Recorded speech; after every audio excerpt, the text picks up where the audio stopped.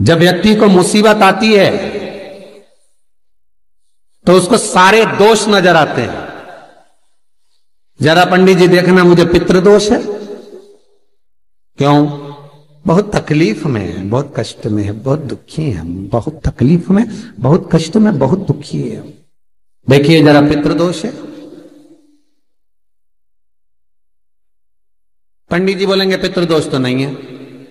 वास्तु शास्त्री के पास पहुंच गए महाराज, और वास्तु शास्त्री के पास जाकर कहा, जरा देखिए हम बड़े तकलीफ में हैं, बड़े दुखी हैं, क्या वास्तु दोष है हमारे घर में?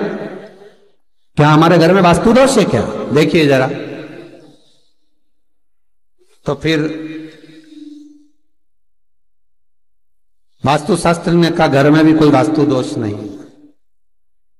तो फिर इतना दुख काहे से है, इतनी तकलीफ काहे से? आप जो परमात्मा का भजन करोगे, कीर्तन करोगे, नाम जाप करोगे, स्मरण करोगे, कर्म अच्छा करोगे तो ही तो ठीक होगा।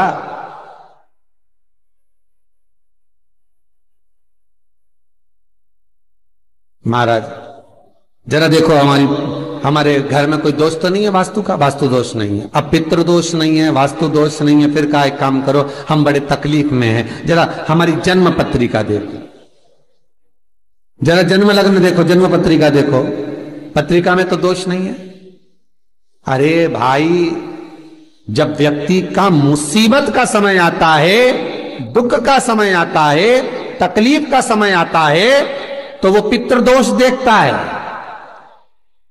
वो वास्तु दोष देखता है, वो पत्रिका में दोष देखता है कि कारण क्या है मुसीबत का। बस दिक्कत एक ही है कि वो अपने कर्म में दोष नहीं देखता कि मेरे ये पितृदोष, ये वास्तु दोष, ये सारे दोष तो बात के हैं, पर सबसे पहला दोष है कि जो कर्म करा है वो कैसा करा, उसके अनुसार मुसीबत आई है, उसके अनुसार हम दुख झेल रहे हैं।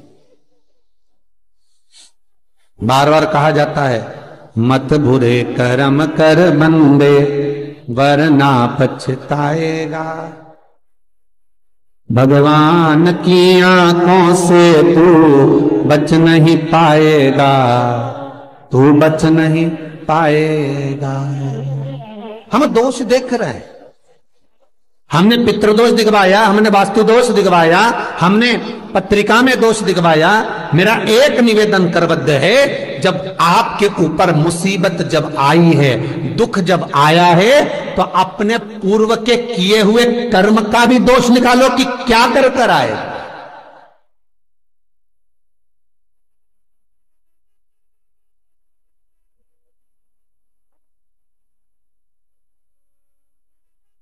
पत्रिका दिखा करके बल वो पत्रिका का दोष मत निकलवाइए, वास्तु का गलती निकालकर वास्तु का दोष ना निकलिए। महाराज अगर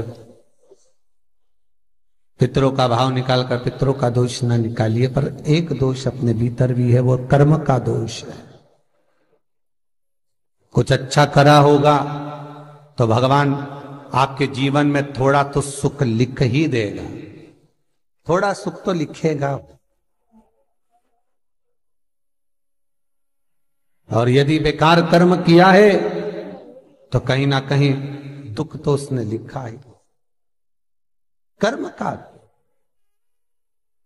मत बुरे कर्म कर बंदे वरना पछताएगा, भगवान की आंखों से तू बच नहीं पाएगा, तू बच नहीं पाएगा।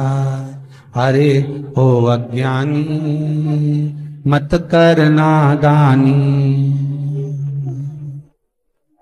महाराज कर्म का दोष जरूर देखें, पितृदोष बाद में देखना, वास्तु दोष बाद में देखना, पत्रिका में दोष बाद में देखना, पहले अपने कर्म का दोष देखिए।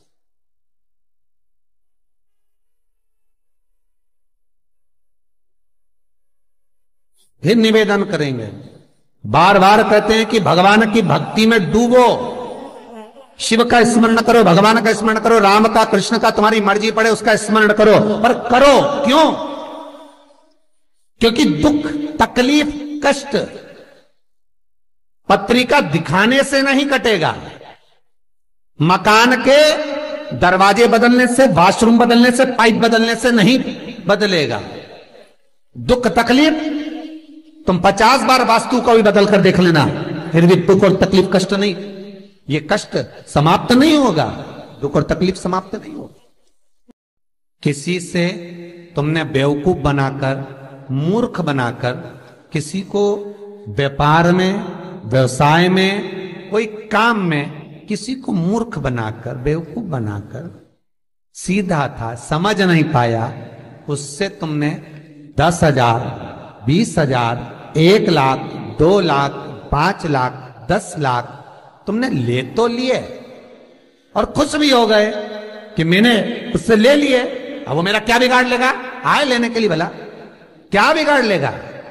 और वो आया, उसने कहा भैया तुमने मेरे पैसे ले रखे हैं, दे दो ना।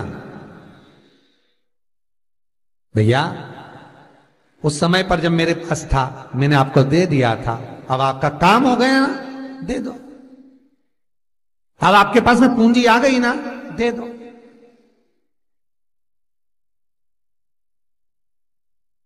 बहुत ध्यान दीजिए महाराज, 2 तरह का पैसा होता है। एक व्यक्ति ब्याज पर देता है ना ब्याज पर, कि तुम ये रुपया ले जाओ, हम तुमसे इतना ब्याज लेते रहेंगे, बाद में मूल दे देना।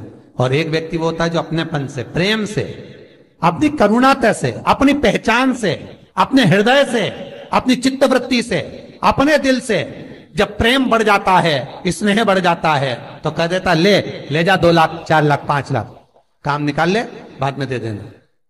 पर व्यक्ति इतना विचित्र हो जाता है कि जिससे ब्याज पे लिया है उसका तो पूरा ब्याज देता रहता है, और जिसका बेचारे का देना है उसका दे ही नहीं पाता। पर निवेदन है, जिसने तुम्हें मुसीबत में साथ दिया, तकलीफों में, कष्ट में तुम्हारे साथ दिया, सबसे पहले हाथ जोड़कर उसको निवेदन कर कर देना कि ये तेरा है भाई, ना जाने फिर जरूरत पड़ जाए तो तुझसे मिल तो जाएगा। जब एक बार दे दोगे तो वो दूसरी बार देने के लिए तैयार बैठा रहेगा। पर तुमने जब सोच लिया, विचार कर लिया कि मैं तो खा रहा हूं, निगल रहा हूं, तो फिर जब नियत में खोट आ गया तो फिर वो कुछ नहीं करेगा। जिसका तुमने पैसा खाया वो कुछ नहीं करेगा, अब तो वो करेगा जिसने इसके माध्यम से तुझे दिलाया, उसको कुछ नहीं करना।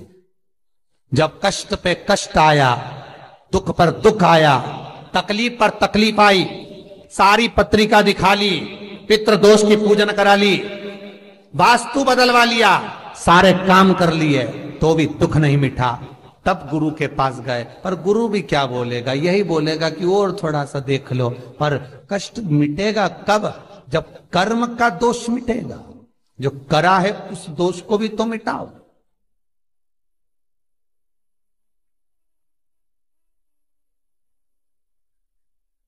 विचार करना, पांडवों पर कितनी कितनी तकलीफ आई, कितनी तकलीफ आई पांडवों पर।